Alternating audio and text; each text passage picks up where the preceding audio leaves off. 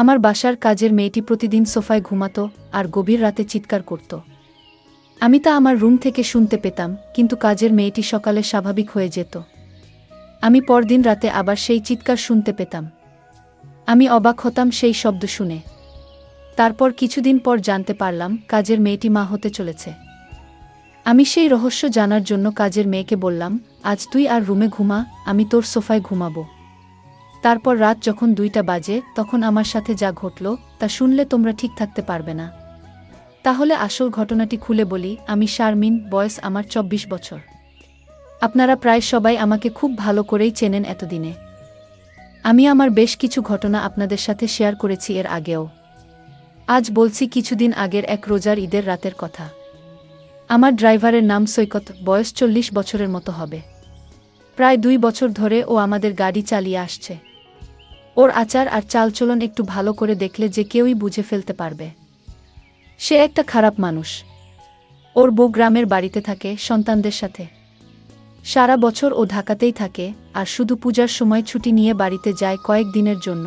যে একটা চরিত্রহীন তা আমিও আসার পর প্রথম দিন গাড়িতে চড়েই টের পেয়ে গিয়েছিলাম। গাড়ি চালানোর থেকে এক অদ্ভুতভাবে তাকিয়ে থাকত, আর খাবার জন্য ঘরে এলেই আমাদের কাজের মেয়ে সাইমার দিকে তাকিয়ে থাকত, এমনকি আমার দিকেও তাকাত সুযোগ পেলেই। প্রথম দিকে একটু কেমন কেমন লাগলেও আস্তে আস্তে ব্যাপারটার সাথে মানিয়ে নিয়েছিলাম। এটা পুরুষদের জন্য স্বাভাবিক মনে করেই এভাবে প্রায় বছর খানিক চলে গেল। থাকার জায়গা না থাকায় ও আমাদের গ্যারেজের সাথে থাকা ছোট একটা রুমে থাকত। এতে কাজেরও সুবিধা হতো, ওকে দিয়ে ঘরের অনেক ছোটখাট কাজও করিয়ে নেওয়া যেত। আমি আর সাইমা প্রায় প্রতি রাতেই একসাথে টিভি দেখতাম, যখন আমার স্বামী দেশের বাইরে থাকত। রাত একটু গভীর হয়ে গেলে আমি আমার খাটে এসে ঘুমিয়ে পড়তাম, আর সাইমা একা একা আরেকটু সময় টিভি দেখে সোফাতেই ঘুমিয়ে পড়ত, ওর ঘরে যেত না।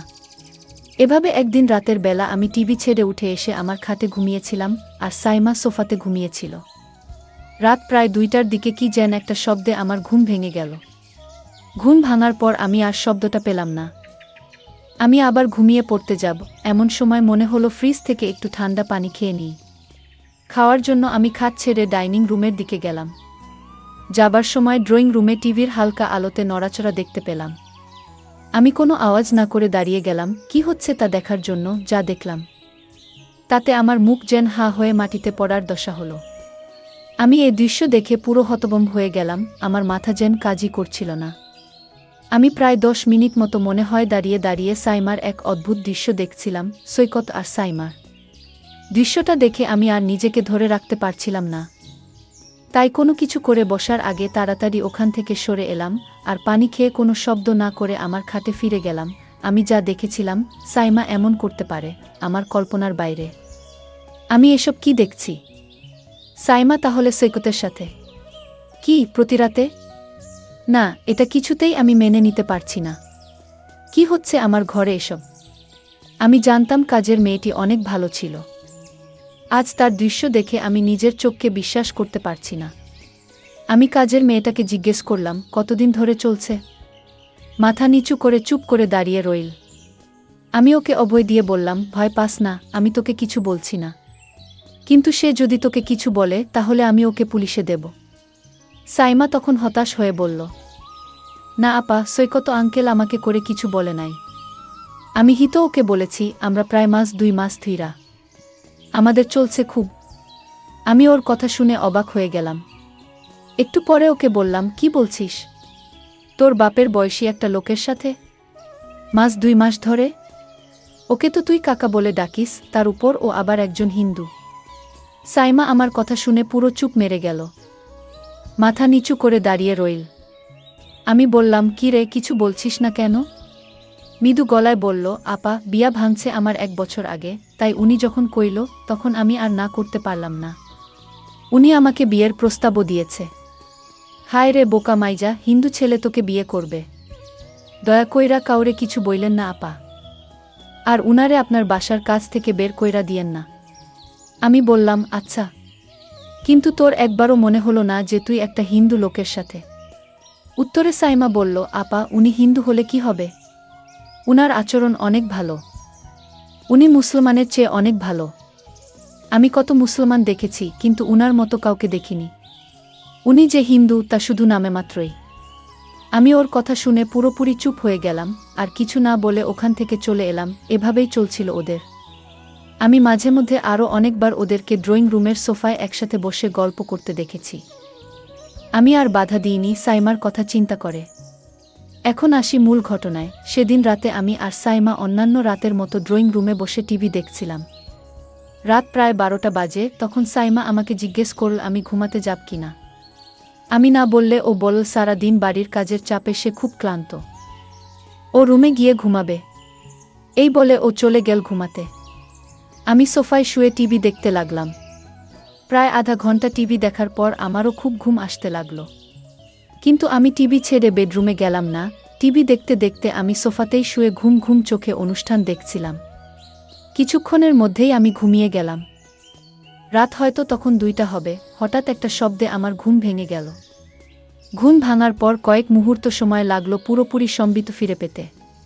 তারপর বুঝতে পারলাম কি ঘটতে যাচ্ছে। আমি ঘুমের ভান ধরে শুয়ে রইলাম। ভাবলাম দেখি কি হয়। যখন আমার সোফায় সাইমা ভেবে কেউ আসলো। এরপর লোকটা বলে উঠল, কি রে সাইমা, এমন করিস না আজকে। কি হলো? আমার সাথে কোনো কথা বলছিস না যে? তুই কি আমার উপর রাগ করেছিস? আমি গলার আওয়াজ শুনে বুঝতে পারলাম লোকটা আর কেউ নয়, আমাদের ড্রাইভার সৈকত। আমাকে ভুলে সাইমা ভেবে এখানে চলে এসেছে। সৈকত বলল, কি রে সাইমা, আজ তোর কি হয়েছে? কোনো কথা বলছিস না কেন? কি রে? চিল্লায় ম্যাডামরে জাগায় ফেলবি নাকি? আমি বুঝতে পারলাম ওকে কিছু না বললে ও এখান থেকে যাবে না। আমি কথা না বলে ওর আসল রহস্যটা জানতে চাইছিলাম। কিছুক্ষণ পর সে বলল, কি রে, আজকে কি হয়েছে তোর, এরকম করছিস কেন? আমি উত্তরে বললাম, সৈকত, আমি সাইমা না, তোমার ম্যাডাম। সাইমা ওর ঘরে ঘুমাচ্ছে। বুঝলাম। আমার কথা শুনে ও হতভম্ব হয়ে গেছে। সরি ম্যাডাম, আমার ভুল হয়ে গেছে। সব সময় তো এখানে সাইমাই ঘুমায়, না দেখে ভুল করে আমি এখানে চলে আসছি। দয়া করে স্যারকে বললেন না ম্যাডাম, আমার চাকরিটা চলে যাবে। আমিও আর কিছু বলার মতো পেলাম না। বুঝলাম ও ইচ্ছাকৃত কিছু করেনি, কারণ সাইমা এই সোফাতেই ঘুমায়, আর আমার এখানে থাকার কথা না। তাই আর কিছু না পেয়ে বললাম, আচ্ছা ঠিক আছে, আমি তোমার স্যারকে কিছু বলবো না। গিয়েও বলল, ম্যাডাম, আপনি আমারে বাঁচাইলেন। কি বইলা যে আপনাকে ধন্যবাদ দিমু বুঝতেছি না। আমি উত্তরে বললাম, ধন্যবাদ দিতে হবে না, এটা একটা ভুলের কারণে হয়েছে। কিন্তু এখন বল, আমি এখানেই থাকব নাকি আমাকে উঠে যেতে হবে? ও একটু ভয় পেল আমার কথা শুনে, বলল, সরি ম্যাডাম, ভুল হয়ে গেছে। এই তো আমি উঠেই যাচ্ছি। আমি বললাম, ঠিক আছে, তুমি তো যাবে, তার আগে আমার একটা কথা শুনে যাও। তুমি আজ যা করলে, আমি তো তোমাকে এ বাড়ি থেকে বের করে দিতে পারি। কারণ এভাবে লুকিয়ে লুকিয়ে যা করছো, তা কিন্তু মোটেও ঠিক নয়। আমি তোমাকে কিছু শর্ত দেব। যদি শর্ত মেনে নিতে পারো তাহলে তোমার চাকরি থাকবে। ও বলল, ঠিক আছে ম্যাডাম, আপনার কথা আমি অক্ষরে অক্ষরে পালন করব। আপনি যা আদেশ করবেন তাই করব। আমার চাকরিটা খুব দরকার ম্যাডাম। আমি বললাম, তাহলে চলো এখান থেকে তোমার রুমে যাই। তারপর বলছি আমার শর্তগুলো। চলো তোমার রুমেই যাওয়া যাক। আমরা আস্তে গ্যারেজের দিকে এগোতে লাগলাম। কিছুক্ষণ পর আমি আর সৈকত গ্যারেজের পাশে ওর রুমে পৌঁছলাম। আমি আগে কখনো ওর রুমে ঢুকিনি। রুমটা খুব বড় নয়। এক কোণায় একটা সিঙ্গেল খাট রুমের বেশিরভাগ জায়গা দখল করে রেখেছে। ছোট একটা টেবিলের উপর একটা ছোট টিভি আর কয়েকটা মূর্তি। খাটের নিচে একটা ট্রাঙ্ক, হাঁটাচলার জন্য খুব সামান্য জায়গা। বসার জন্য একটা চেয়ারও নেই। আমি ওর ঘরে ঢোকার সাথে সাথে একটা দুর্গন্ধ পেলাম। আমার দম বন্ধ হয়ে আসছিল, বেশ কষ্ট করে শ্বাস নিতে হচ্ছিল। আমার অবস্থা দেখে ও বলল, এই তো ম্যাডাম, 2 মিনিটের মধ্যে ঠিক হয়ে যাবে। আমি ফ্যান ছেড়ে দিতেছি।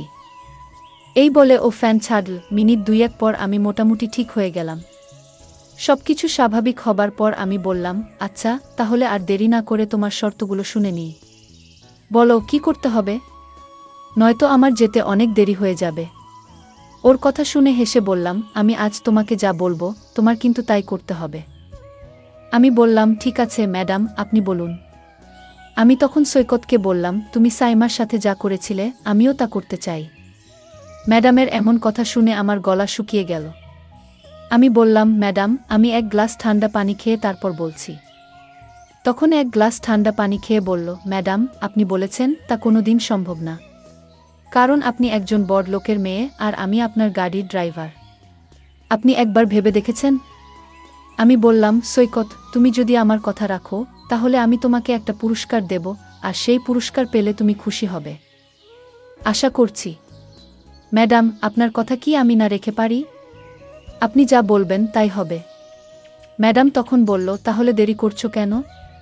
যাও, আমি এখন যা বলবো তাই করো। তুমি প্রথমে ঘরের জানালাটা বন্ধ করে দিয়ে আসো। আমি ম্যাডামের কথা শুনে অবাক হয়ে গেলাম। বললাম, ম্যাডাম, ঘরের জানালা খোলা রেখে কি বলা যায় না? ম্যাডাম তখন রাগ দেখিয়ে বলল, আমি যা বলছি তাই করো, অতিরিক্ত কথা বলবে না। আমি বাধ্য হয়ে জানালা বন্ধ করলাম। তারপর বললাম, এখন কি করতে হবে ম্যাডাম, বলুন। ম্যাডাম বলল, যাও, এবার দরজাটা বন্ধ করো। আমি বললাম, ম্যাডাম, কি বলছেন? বললাম, একদম চুপ। তুমি আমায় কথা দিয়েছ আমি যা বলবো তাই পালন করবে। এখন অত কথা বলছো কেন? আমি বললাম, ঠিক আছে ম্যাডাম, আপনি রাগ করবেন না, আমি বন্ধ করছি। আমি তখন হেসে হেসে বললাম, সৈকত, আমি জানি তুমি একজন ভালো মানুষ। আর তাই আমি তোমাকে একটা কথা বলবো, সেটা হলো, আমি চাই তুমি হিন্দু থেকে মুসলমান হয়ে যাও। যদি তুমি হিন্দু থেকে মুসলমান হও তাহলে তোমার সাইমাকে আমি তোমার সাথে বিয়ে দেব। আর সাইমা যেহেতু মুসলমান, তার বাবা এটা মেনে নেবেন না। আমি ম্যাডামকে বললাম, কিন্তু? বললাম, কোনো কিন্তু নয়। তুমি আমায় আগেই কথা দিয়েছ আমার কথা রাখবে। আর তাছাড়া সাইমা মা হতে চলেছে, সুতরাং তোমার এখন তাকে বিয়ে করতে হবে। তোমার ঘরে আমি আসার কারণ হচ্ছে, আমি তোমাকে পরীক্ষা করছিলাম তুমি ভালো না খারাপ। আসলে তুমি একজন ভালো মানুষ। তুমি আমার পরীক্ষায় পাশ করেছ, সাইমা যা বলেছে সেটা সত্যিই বলেছে। আসলে তোমার মতো মানুষ খুব কম পাওয়া যায়। আমি সাইমার সাথে তোমার বিয়ে দেওয়ার জন্যই তোমাকে এখানে নিয়ে এসেছি। সৈকত বলল, ম্যাডাম, আপনার যা ভালো মনে হয় তাই করুন। বন্ধুরা, আজকের গল্পটি তোমাদের কেমন লাগলো তা অবশ্যই কমেন্ট করে জানাতে ভুলবে না। আর প্রতিদিন এরকম নতুন নতুন গল্প পেতে আমার চ্যানেলটিকে সাবস্ক্রাইব করে পাশে থাকবেন। ধন্যবাদ।